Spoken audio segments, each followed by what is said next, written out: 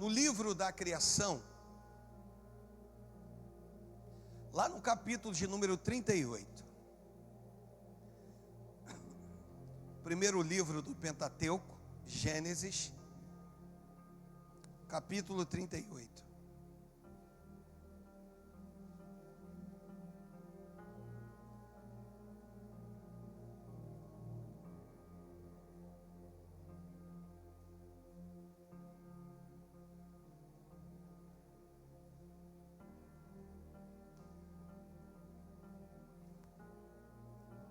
Fazer diferente? Posso orar?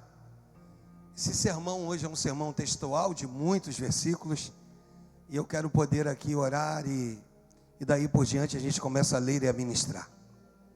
Senhor nosso Deus e Pai, Deus toma o nosso entendimento, toma a minha vida nas tuas mãos, Senhor.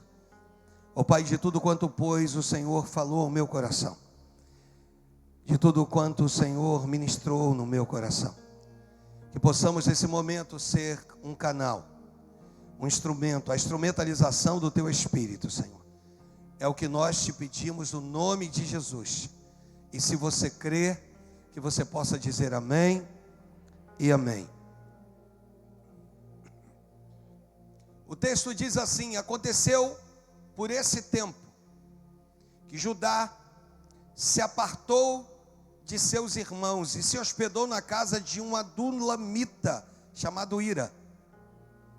Ali viu Judá a filha de um cananeu chamado Sua, era o nome desse cananeu, e ele a tomou por mulher e a possuiu.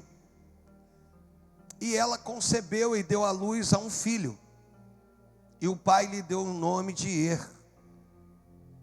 Tornou a conceber e deu à luz a um outro filho, e sua mãe lhe deu o nome de Onã.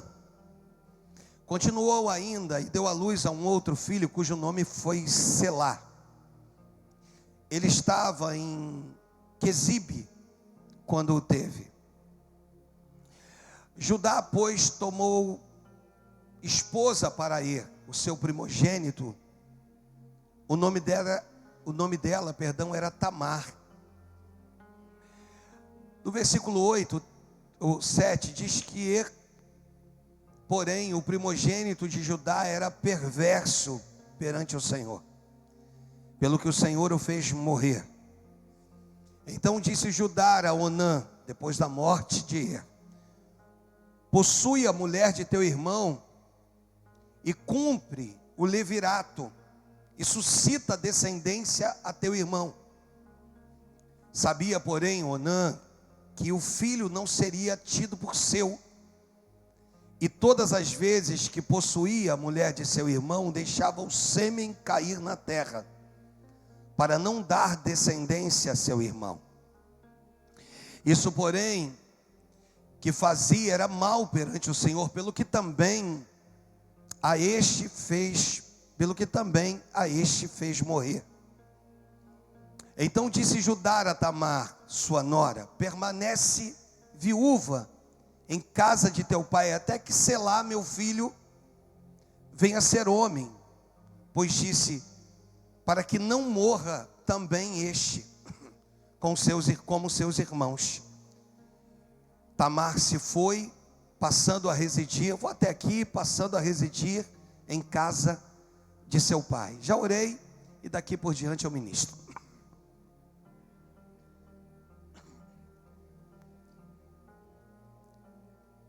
O capítulo 38 do Gênesis, ele é um capítulo bastante reflexivo, pois a ministração de hoje é uma ministração para você refletir. Talvez não seja uma ministração para você pular, para você dar glória, mas uma ministração que te vai fazer pensar em algumas coisas. Trata-se de Judá, e você sabe que da linhagem de Judá viria Jesus. Judá, um dos filhos de Jacó. E Judá, se você entender o capítulo 37, o capítulo 37 fala do momento em que eles vão vender José. o objetivo seria matá-lo, mas de repente Rúben vira e diz assim: não, matar não. A gente pode aqui botar ele nessa cisterna, nesse poço, e ele seria vendido. E ali começa uma crise, irmãos, na cabeça de Judá. E essa crise então vai fazer com que ele saia da presença dos irmãos. Grava isso, porque isso é de suma importância. O texto é muito claro que Judá se aparta de seus irmãos. E ao se apartar dos irmãos, ele conhece um novo amigo chamado Ira. A ira significa esplendor. Esse novo amigo que ele ganha, agora é alguém que caminha com ele. Então deixa eu repetir isso: Judá se aparta dos irmãos e ele vai a um território que não deveria de ter ido. E prontamente apresenta-se a ele um amigo. Eu já queria começar aqui ministrando para a tua vida, porque o inimigo vai ter sempre um amigo para poder te dar a mão e te levar a lugares, e te apresentar coisas. E o texto diz que através desse amigo, ele agora vai conhecer uma mulher. E essa mulher, e por essa mulher, ele se apaixona de uma forma muito rápida. E a possui, e a toma por esposa. E dali por diante, algumas coisas começam a acontecer. Ela vai dar à luz ao primeiro filho, chamado Er. Depois ela dá à luz a um outro chamado Onã. E depois ela dá à luz a um outro chamado Selá. Com essa mulher, que a Bíblia não menciona o seu nome, ele vai ter 3 filhos. O seu primogênito, Er, ele percebe que havia se desenvolvido.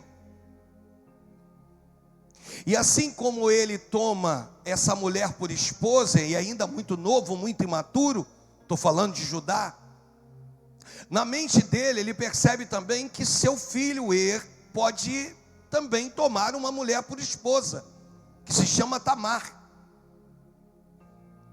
Então Tamar agora é conduzida e levada para ter um encontro com Er, o seu primogênito. Er já trazia dentro dele algumas dificuldades.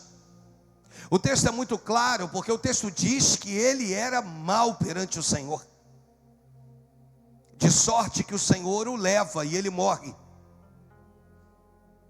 Essa mãe agora, que a Bíblia não pronuncia o nome, começa a sofrer horrores, porque ainda que ele fosse mau perante o Senhor, ele era filho dela.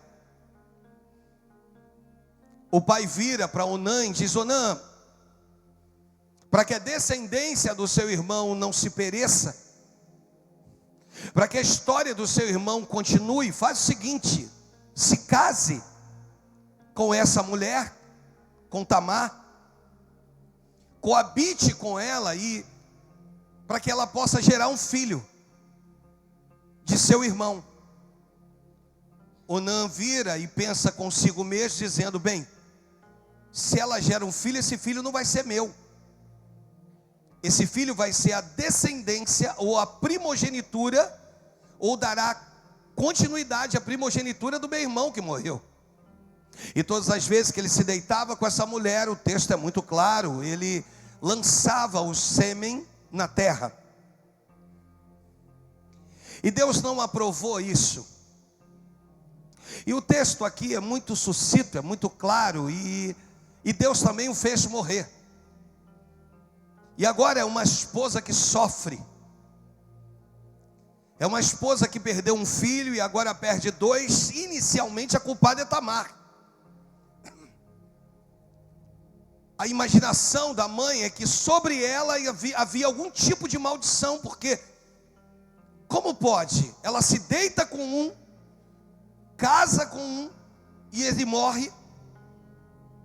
Deixa eu fazer a ressalva aqui, ambos jovens, imaturos, que não tinham condições de cuidar nem de si mesmo. Mas devido ao casamento do pai ter sido um casamento precoce, também numa idade precoce, ele entendeu que seus filhos também poderiam casar de forma precoce. Estou te contando aqui uma história. Porque Judá vai entrar num cenário do texto que está falando de José. Eu já te falei que se nós pegarmos o capítulo 37, que ele não vai projetar, e nós pegarmos o capítulo 39, você vai ver que é uma continuidade. No meio disso entra a história de Judá. E Tamar então fica entristecida e ao mesmo tempo sobre ela tem um peso.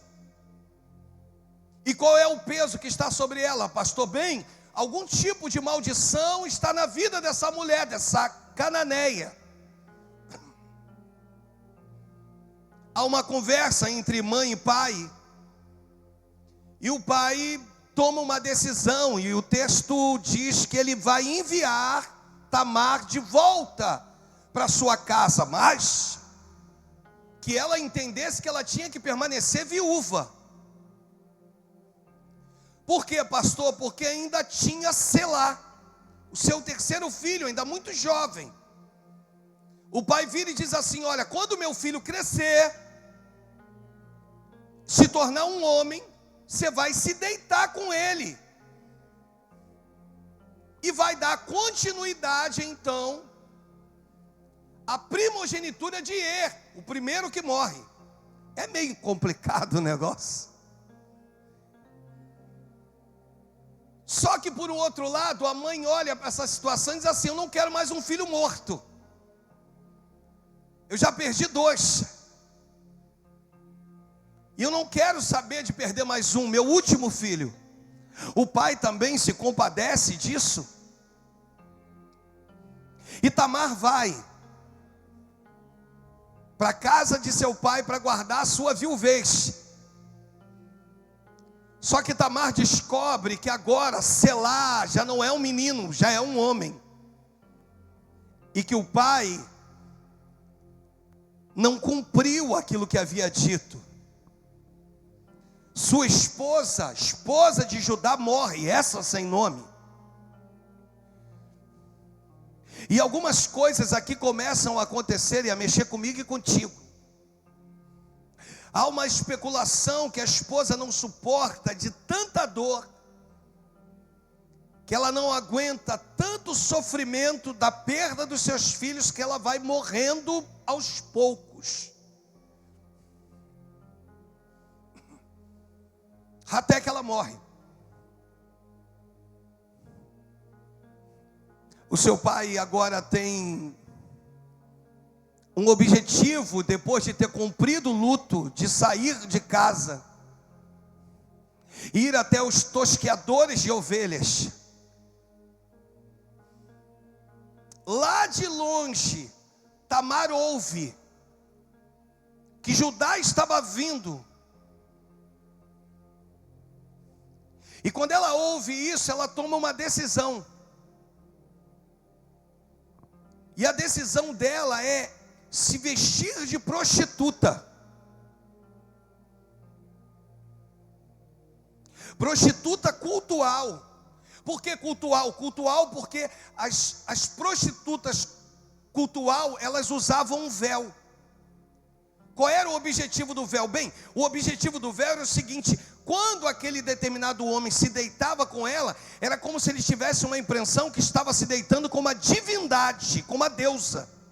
Por isso ela foi se vestir, ou seja, ela vai tirar as suas vestes viuvais, como viúva, e agora ela vai se vestir, se disfarçar, como uma prostituta na beira do caminho.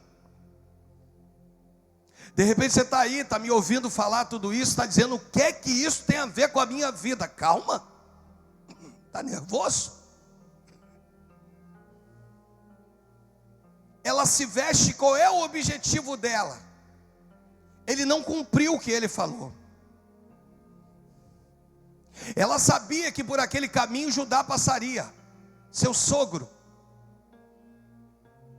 E ela, muito formosa, ela agora vai assediar seu sogro na beira do caminho. Seu sogro olha para ela, a tem como uma prostituta e diz assim: o que você quer para se deitar comigo? É como se ela dissesse: olha, o que você tem para me dar, para coabitar comigo? E ela vira e diz o seguinte: olha, o que você tem para me oferecer? Ele vira e diz assim: eu te dou um cabrito.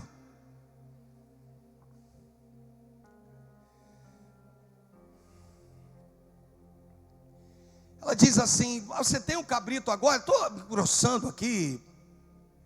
E diz: não, eu não tenho cabrito, eu mando o cabrito para você depois. Ela diz: não, pô, não. Você tem que deixar um penhor.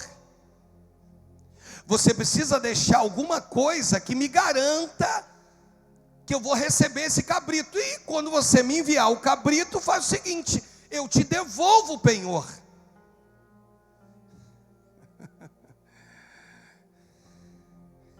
Ele olha e diz: não tenho aqui muita opção. No versículo 18 o texto diz assim: respondeu ele: que penhor te darei?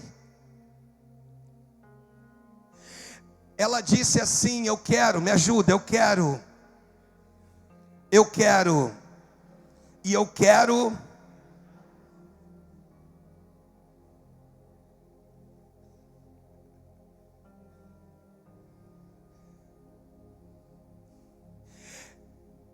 Ele, pois, luz deu e ela, estou te falando aqui de um incesto.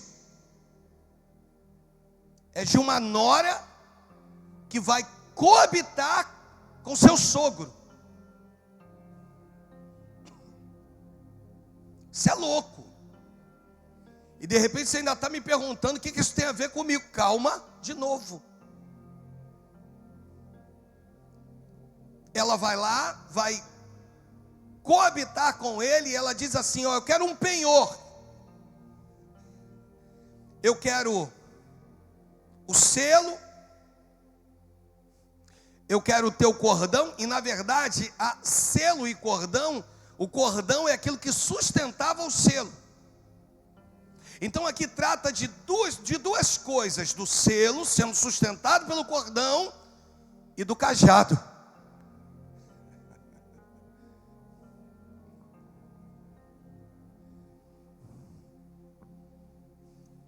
A partir desse momento ele perde a sua identidade,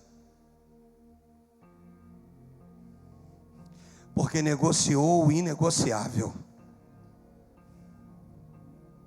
O fato dele se deitar com uma prostituta, ainda que com a sua esposa morta ou não, não lhe dava o direito de tomar essa decisão. Hoje Deus quer falar com você.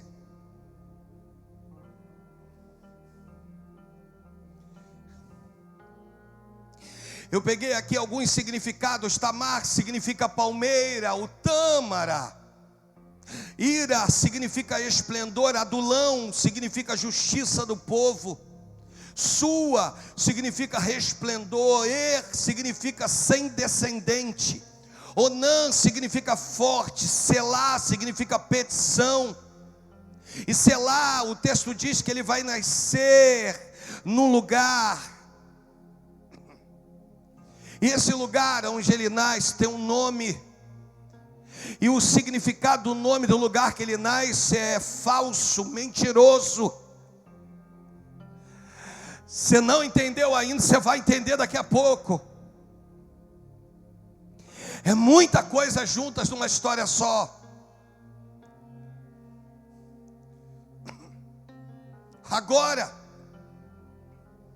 ele manda alguém para levar um cabrito, para cumprir aquilo que ele havia dito, aquela prostituta cultual. E esse homem, esse adulamita, quando leva o cabrito para restaurar o penhor da mão da mulher, ele não encontra, porque na verdade a mulher não queria o cabrito. Ela queria o selo com o cordão, a identificação e o cajado, a autoridade. Ela fez tudo muito bem pensado e muito bem planejado. Tudo de uma forma ela arquitetou. E aquele homem começa a perguntar: vem cá, vocês não viram a prostituta cultual por aí? Vocês não viram ela?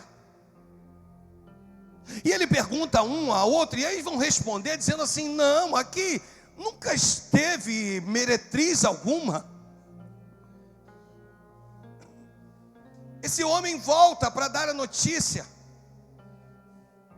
e ele resolve passar um pano branco. Ele resolve encobrir essa situação. Esse homem diz assim: ó, eu não encontrei.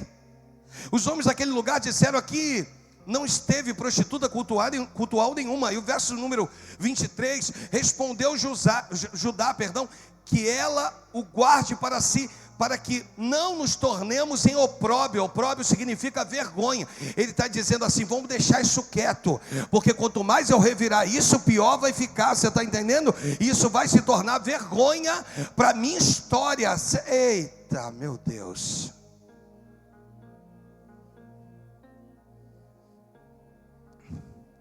De repente chega uma notícia, e a notícia que chega é: sua nora está grávida. Sua nora está? Tamar está grávida. Quem traz a notícia diz assim: ela adulterou, porque ela tinha que estar se guardando como viúva. Judá, que tem o poder da decisão do que fazer com Tamar, ele é cruel, irmãos. Porque haviam duas coisas a serem feitas: uma, o apedrejamento; duas, ou a segunda, que ela fosse queimada, não queimada viva, mas que as suas bochechas fossem marcadas, ou que a sua testa fosse marcada, para onde quer que ela andasse, todos soubessem que vai ali uma prostituta.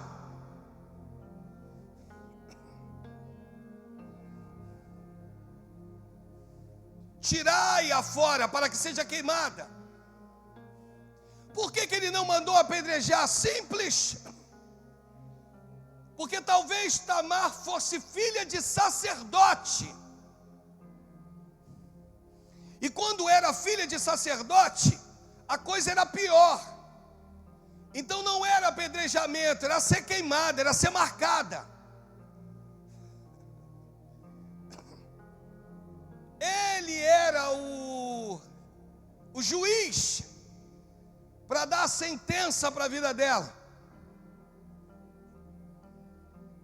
E aí Tamar se apresenta, pode dar prosseguimento aos versículos. E tirando-a, mandou dizer a seu sogro: do homem de quem são estas coisas eu concebi.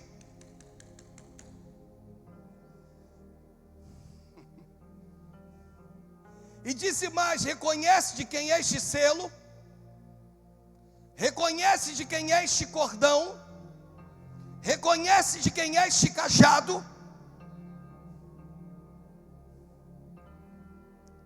E o texto diz: reconheceu Judá e disse: mais justa é ela do que eu, porquanto não dei Selá, meu filho, e nunca mais a possuiu. Eu vou até aí hoje.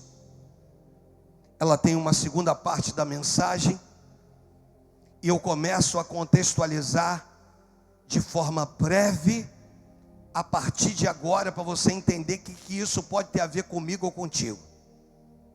Ela vai dar à luz a gêmeos, isso é uma outra história.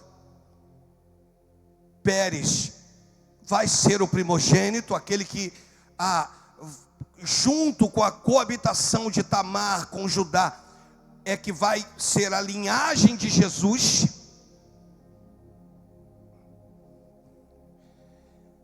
Mas só que eu volto ao versículo de número 1.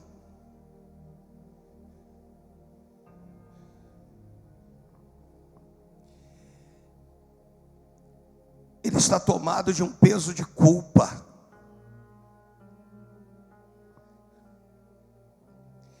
E o peso da culpa de ter feito o que fez com José,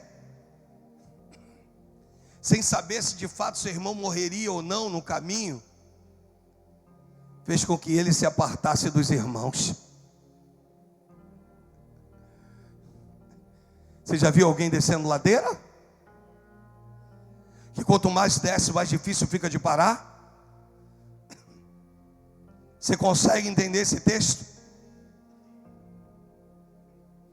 Você consegue entender que ele vai coabitar com uma mulher e que ele não pergunta se o pai aprova ou não Jacó?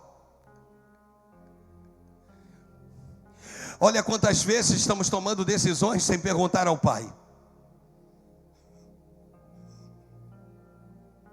Olha quantas vezes estamos nos aliançando com pessoas erradas, fora do povo de Deus. Olha quantas vezes Irã vai aparecer na minha vida e na tua, dizendo assim: vem cá, sob sugestão de uma nova amizade para você, quando na verdade Deus te deu uma casa espiritual, Deus te deu um lar espiritual, Deus te deu pessoas que te amam, e Deus está hoje virando para você e está dizendo: por que você se afastou da casa do teu pai? Mas pastor, eu tenho vindo aos cultos. Tu tem vindo, mas tu está longe. Tu tem vindo aos cultos, mas tu está distante. Tu tem me adorado nesse lugar, mas tua mente está longe. Teu coração está longe. Teus pensamentos estão longe. E hoje há um Deus que quer pegar a história de Judá, dizendo: vê o que aconteceu com ele. A história de Judá não precisa ser a tua história. O declínio de Judá não precisa ser o teu declínio.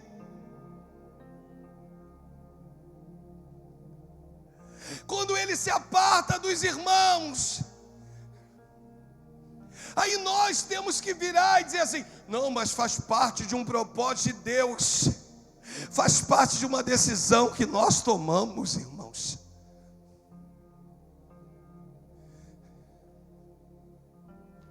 Perdas de filhos,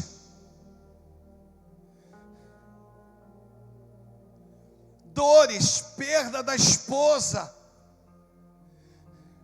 Justo Judá, justo ele.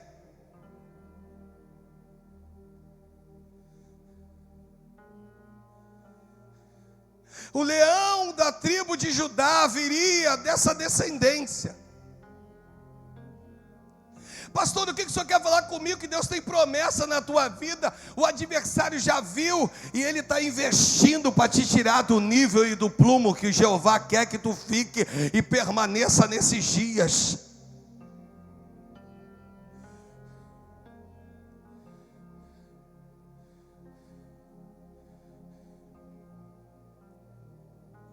Tamar não trouxe nenhum tipo de maldição, não, irmãos.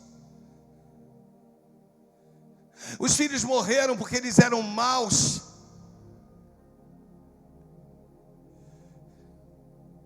Judá resolve se casar com alguém que não era para ter se casado. Judá resolve se aliançar com alguém que ele não era para ter se aliançado.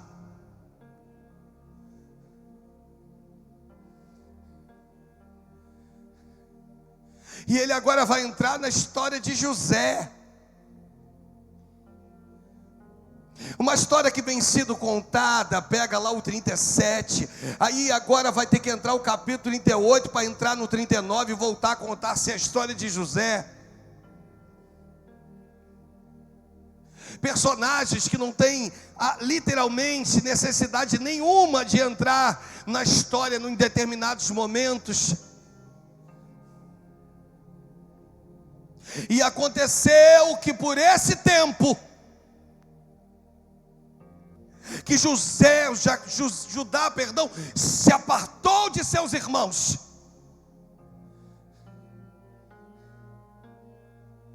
E dali por diante, pastor, dali é declínio,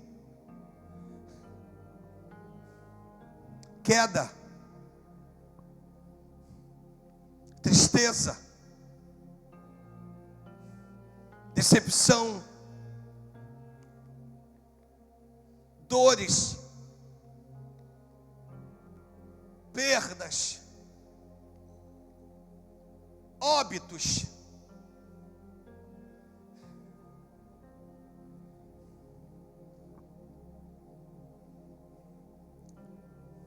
Só que deixa eu repetir para vocês, estou terminando a minha mensagem.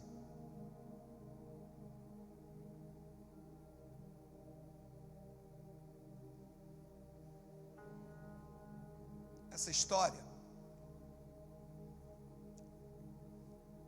é a de Judá.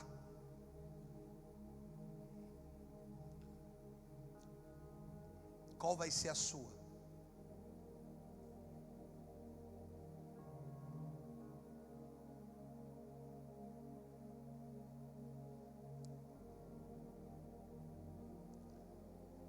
Repita comigo: família se desentende. Família, irmãos brigam, irmãos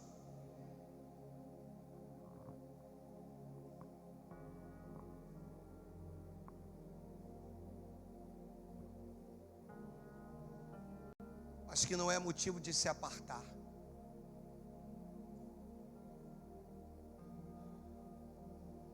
Pastor, quando Deus te deu isso, o que o Senhor falou ao seu coração? Que brasa fora do braseiro esfria, apaga.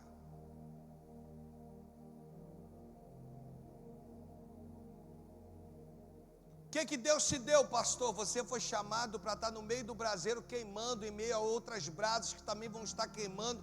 Você não tem tempo para olhar para o lado, porque você foi chamado para queimar. Não importa se tem alguém queimando mais ou menos, se tem alguém no meio, se tem alguém nas extremidades, se tem alguém querendo pular fora do braseiro, não importa. O que importa é que Deus te chamou para queimar. Ele tem um propósito estabelecido contigo nessa terra. Ele está dizendo para você hoje: a tua história não precisa ser como a história de Judá. É uma história de dor, é uma história de sofrimento, é uma história de perda. Hoje o pai está dizendo: filha, filho, volta para casa. Quando nós estávamos separados, e eu estava indo embora, um sábado, desci ali, podem vir os músicos, desci ali a Avenida Brasil. Aí, quando eu desci a Avenida Brasil, eu fui parado numa blitz. Aí nessa blitz o sargento olhou, viu o carro cheio de bolsa, cheio de mochila, cheio de coisa. Perguntou: rapaz, o que é isso aí? Eu falei: ih, rapaz, casamento deu ruim. Esposa me convidou para sair. Aí ele olhou e falou assim: é verdade? Eu falei: é verdade, está aqui, abri, ó, cheio de roupa, cheio de coisa. Aí ele falou assim: volta para casa. Ele falou?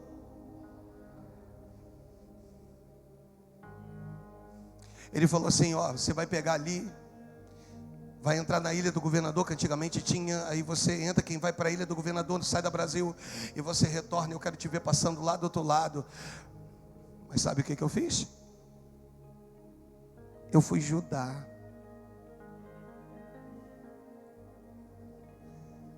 Eu até recebi aquela palavra, mas eu fui dirigindo. Às vezes você recebe uma palavra, mas você vai dirigindo na condução da tua vida e você diz: não, você está doido, isso não tem mais jeito, não tem mais solução, isso não tem mais...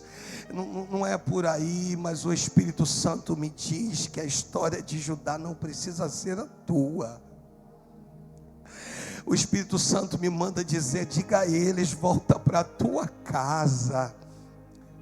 Volta para a tua casa, é esse marido que Deus te deu, é essa esposa que Deus te deu, é essa família linda que Deus te deu.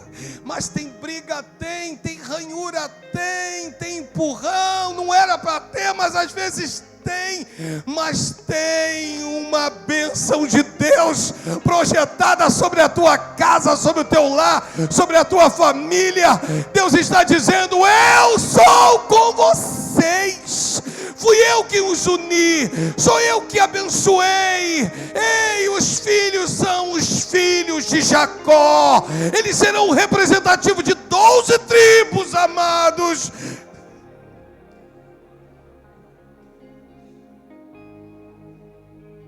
Tribos, e de Judá viria Jesus.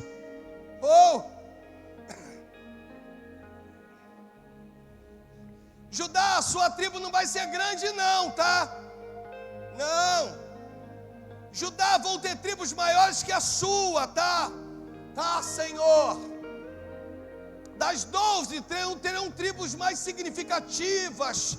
Sim, Senhor, mas saiba que da tua tribo, eu vou enviar o meu filho amado. Eu vou dar ele em prol da humanidade. Deus está dizendo que Ele tem coisas para realizar através da tua família nessa terra. Eu não sei como é que estava a tua mente, eu não sei como é que estava o teu pensamento, eu não sei se você estava próximo para chutar o balde. Mas hoje o Espírito Santo me usa para a tua vida, dizendo: volta para a tua casa essa noite. Acerta o que está errado, porque inimigo nenhum poderá tocar em você e destruir aquilo que Deus vem conservando esse tempo todo. Foi Deus que vem guardando a tua família, foi Deus que vem guardando os seus.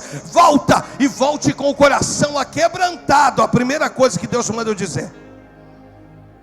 Segunda coisa que Deus manda eu te dizer, é para você que está aqui, mas não está. Você vem, mas você não está. Deus está falando com você, está dizendo: volta para a tua casa. Volta para a tua casa. Volta para a tua casa. Ei, dá problema sim. Tem um irmão que é esquisito, o pastor é meio assim, o ministério de louvores tocam às vezes errado, tocam, mas é o lugar da adoração, é o lugar onde Deus tem preservado a tua família, é o lugar onde Deus tem preservado você.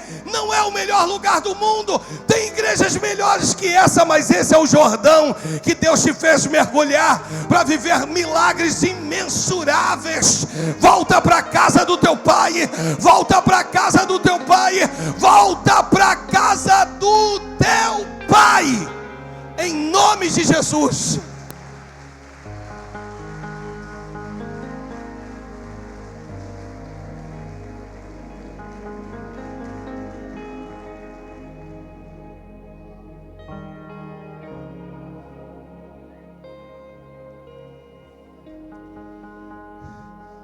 Aconteceu.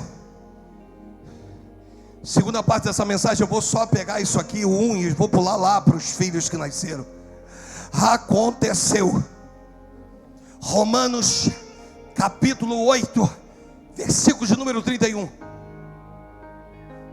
Tem coisas que acontecem, irmãos. Deixa eu repetir, tem coisas que acontecem. Que diremos, pois, à vista dessas coisas? Tem coisas que acontecem. Senhor, eu fui acometido de coisas que eu nem sei, eu nem estou fora de mim. Tem coisas que acontecem. Mas se você ficar com a segunda parte desse versículo, se Deus é por nós, quem será contra nós? O lugar de vida era dentro da arca. Fora da arca era um lugar de morte, um lugar de cheiro ruim. Deus está dizendo: eu não quero mais você aqui pela metade. Eu não quero mais você aqui de qualquer maneira. Eu quero você de corpo, alma e espírito. Eu quero que você possa me oferecer o teu culto racional. Eu quero que você possa entender e ter de mim aquilo que eu tenho para a tua vida. Eu quero que você possa experimentar qual seja a boa, agradável e perfeita vontade de Deus nesses dias. O Espírito vira para nós e diz: a história de Judá não precisa ser a minha. A história de Judá, Alexandre, não precisa ser a sua. Então corre e volta para a tua casa. Volta para a casa dos teus irmãos. Volta para a casa dos teus pais. Volta para casa, porque o Pai está aguardando por você essa noite. Ele está dizendo: é aqui que tem refrigério para a tua alma. É aqui que tem uma palavra. É aqui que tem água. Ei, é aqui que eu tenho coisas insondáveis para você. É na casa do teu Pai. Ele tem tudo que você precisa. Tu ia embora, mas tu não vai. Tu ia partir, mas tu não vai. Tu ia desistir, mas tu não vai. Por quê? Porque tem um Pai que está te chamando de volta. Está dizendo: filho, volta. Filha, volta. Tu tem vindo aos cultos, mas tu está distante. Você está aqui, mas não está. E antes que comece a desmoronar aquilo que você construiu, eu preciso te dar um refrigério diferente. Depois que Adão peca, irmãos, eles percebem que eles estão nus. Mas peraí, eles não estavam nus antes? Claro que estavam. E por que eles percebem? Porque a inocência vai embora. Agora eles se veem, e eles se veem do jeito que eles estavam. E eles começam a se esconder. Vão pegar folha de figueira. O que eles vão pegar? E vão cozer, e vão transformá-la em roupa. Só que eles se esquecem que as folhas que hoje estão verdes, amanhã vão estar secas. Deus olha para isso e diz assim: ei, eles erraram, sim. Serão removidos do Éden? Ah, serão. Mas faz o seguinte: pega um animal, e o Senhor tira daquele animal, e tira e os cobre com a pele daquele animal. Deus está dizendo: eu tenho revestimento novo para você. Não importa o que tu viveu, não importa o que tu passou, não importa o que tu fez, não importa nada disso. O que importa é que eu quero poder te revestir. Mas por favor, não se aparte dos teus irmãos. Deixa eu repetir, porque isso aqui é muito forte. Tem alguém do teu lado? Vira para essa pessoa e diz assim: por favor, não se aparte dos teus irmãos. Fica firme. Mas eu estou decepcionado, não importa. Mas eu estou entristecido, não importa. Mas eu estou sangrando, não importa. O importante é você ficar.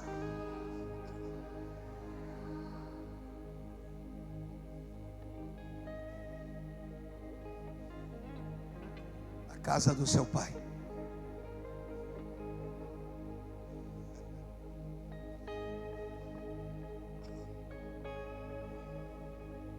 Fique firme.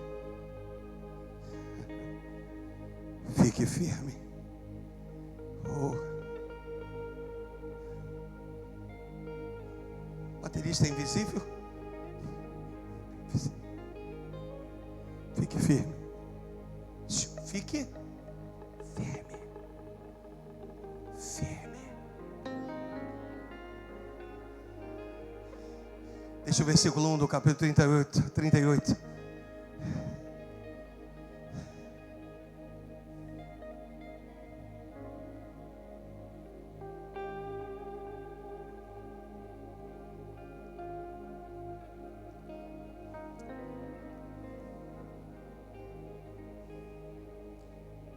Por favor, de forma profética, vira para alguém e diz assim: volta para casa, filho. Isso, tem alguém do teu lado, olha nos olhos em amor e diga: volta para casa. Para você que está me assistindo, o Senhor está dizendo: volta para casa.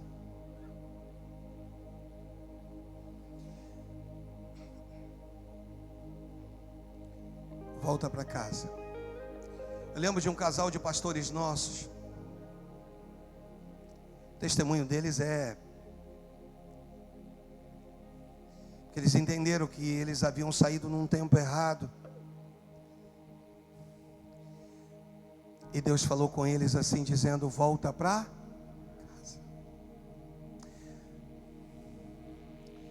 E eu confesso que quando eles chegaram aqui de volta, eu disse: ah, Jesus, Senhor, sofri tanto. Mas eu lembro do Espírito Santo ministrando: mas a casa não é tua, Alexandre, você só faz parte dela.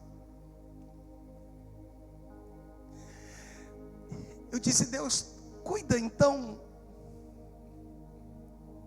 O que eu estou querendo dizer, por favor, não evite dores. Evite essa sensação de passar para as pessoas que está tudo bem, mas eu, Senhor, sei que não tem nada bem aí.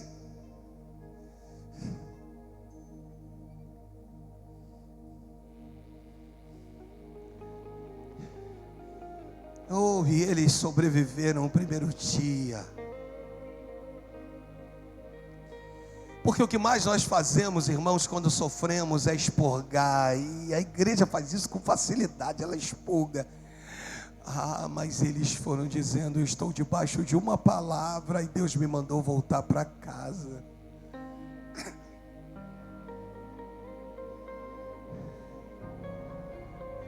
Curve a sua cabeça no seu lugar.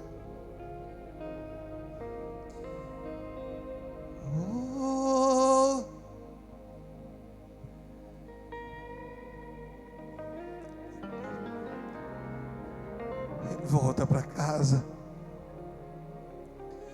Eu quero convidar você a se colocar de pé. De repente você não tem adorado como você adorava. Você não tem buscado como você buscava.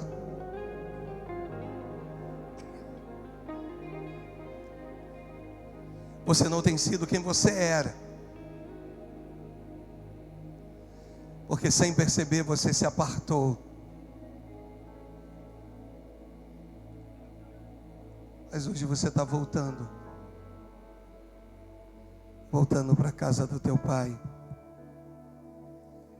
Voltando para o aconchego dos teus irmãos. É isso que Deus quer de você hoje. Ah, que saudade. Que saudade de ouvir tua voz ao entardecer. Oh, aleluia. Ah, que vontade de voltar ao jardim da inocência. Se eu pudesse, voltaria atrás e não faria novamente o que fiz. Troquei minha comunhão pela escuridão da noite, em trevas tornei os meus dias. Ah, que saudade. Volte para sua casa. Que saudade de ouvir tua voz ao entardecer. Volte para os braços da sua esposa. Que vontade de voltar ao jardim Do seu esposo. da inocência. Dos seus filhos. Se eu pudesse, voltaria atrás e não faria novamente o que fiz. Troquei minha comunhão pela escuridão da noite, em trevas tornei os meus dias. Ah, que vontade de andar contigo pelo jardim, na viração dos dias, pegar em tuas mãos e voar pela imensidão da terra e te adorar. Ah, que vontade de dizer a ti tudo que aprendi nesse jardim, jardim da inocência.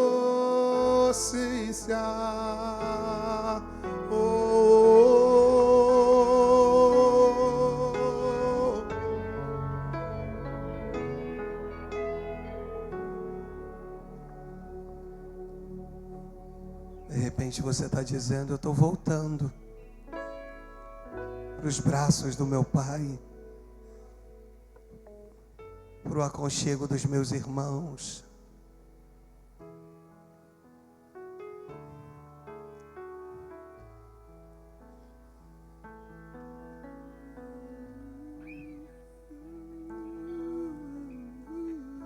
E tem um Deus dizendo: eu tenho tantas coisas boas,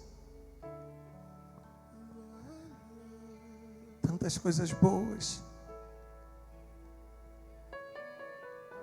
Sabe por quê, Judá? Tamar não tem nada com isso. Ela só entrou no caminho do teu filho porque você resolveu se casar com uma estrangeira.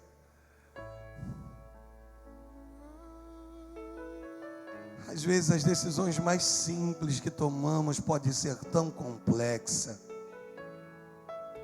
podem ser tão difíceis. Mas hoje Deus alinha a igreja. O Senhor vira e diz: tu és meu, e te pergunta. E Ele quer poder ouvir de você: sim, Senhor, eu sou teu. Tem alguém aí no lugar dizendo: eu sou teu, Senhor. Alguém que hoje vira e diz: Deus, foi um relapso. Senhor, foi um momento de distração minha, eu me perdi, Deus, eu me perdi. Reconheça. Eu tenho certeza absoluta que o Pai está te aguardando de volta a ajudar ao convívio dos irmãos. Ah, mas à frente tu vai descobrir o que eu fiz com José, que tudo partia de um propósito. Mas não entristeças o teu coração. Mas deixa eu repetir, enfatizar, porque eu acho que eu já falei isso tantas vezes hoje. Eu não gosto de ficar repetindo, que eu me cobro isso. Mas você precisa estar na casa do teu pai. Você precisa voltar para a casa do teu pai. Não é para assistir culto. É como filho que habita na casa do pai de forma perpétua. Hoje o Espírito Santo ministrou e está falando com você. Tu se distanciou. Você ganhou novos amigos. Mas você se esqueceu que eu sou o teu amigo fiel. É como se eu ouvisse uma voz dizendo assim: vai precisar de se decepcionar com eles para entender que eu sou o seu verdadeiro amigo? Ou será que essa mensagem de hoje é suficiente para você? Deus está virando para nós e está dizendo que não podemos ser homens e mulheres de dura cerviz, que não se inclinam, que não se rendem. Que hoje você precisa voltar para sua casa, ter coragem de pedir desculpa se necessário for, pedir perdão se necessário for. Mas o mais importante de receber um abraço dos irmãos e um abraço do Pai. Eu encerro. Deus, eu sei que o Senhor ministrou. E quando tu me deu essa mensagem, enquanto eu preparava ela aqui, Senhor, eu fui me envolvendo nela. Quando eu olhei a hora, eram 7 horas da noite. Não consegui ir na minha casa, Senhor. Mas eu disse: Deus, está aqui o que o Senhor colocou no meu coração. Foi tão intenso que eu escrevi algumas coisas. E o Senhor: ei, não precisa ler, pois eu já aqueci o teu coração. E a boca fala o que o coração está cheio. Eu disse: sim, Senhor. E o Senhor ministrou e disse: a história de Judá não precisa ser a tua, Alexandre. A história de Judá não necessita ser a deles. A quem você vai ministrar e falar hoje? No nome de Jesus. Deus, eu quero pedir as tuas bênçãos sobre a igreja, as tuas bênçãos sobre os seus filhos. Obrigado, Senhor. Obrigado por essa ministração. Obrigado por essa palavra que o Senhor nos deste. Obrigado por falar conosco que nós estamos decididos a voltar para casa, Senhor. Voltar para casa no plano físico. Você vai voltar para sua casa cheio de amor, tomado de amor. Deixa eu repetir: envolvido por amor. Deixa eu aumentar isso, entrelaçado em amor. Você vai voltar para casa, e quando você pisar, as coisas já se tornarão diferentes, sem que uma palavra seja dita, somente com um abraço. Você não vai precisar ficar trazendo palavras à tona. Você não vai precisar dizer: você me disse isso, mas você também me disse isso. Mas você não. Vocês vão se abraçar. Você vai abraçar teu filho e o Espírito Santo vai vir. Você vai abraçar a tua família e o Senhor vai trabalhar. Você está entendendo? Diga amém. Que o amor de Deus o Pai, e a graça do nosso Senhor e Salvador Jesus Cristo, e a comunhão do Espírito Santo de Deus seja sempre na tua vida, não somente hoje, mas para todo sempre. Seja contigo, seja com a tua família, porque hoje nós vamos voltar para casa tão decididos. Hoje nós estamos voltando para casa com tanto amor envolvido, que eu tenho certeza absoluta que o Senhor fará toda a diferença. Recebam do amor do Pai, da graça do Filho e da comunhão do Espírito Santo de Deus. Se você crê, diga amém e ofereça a Deus o melhor.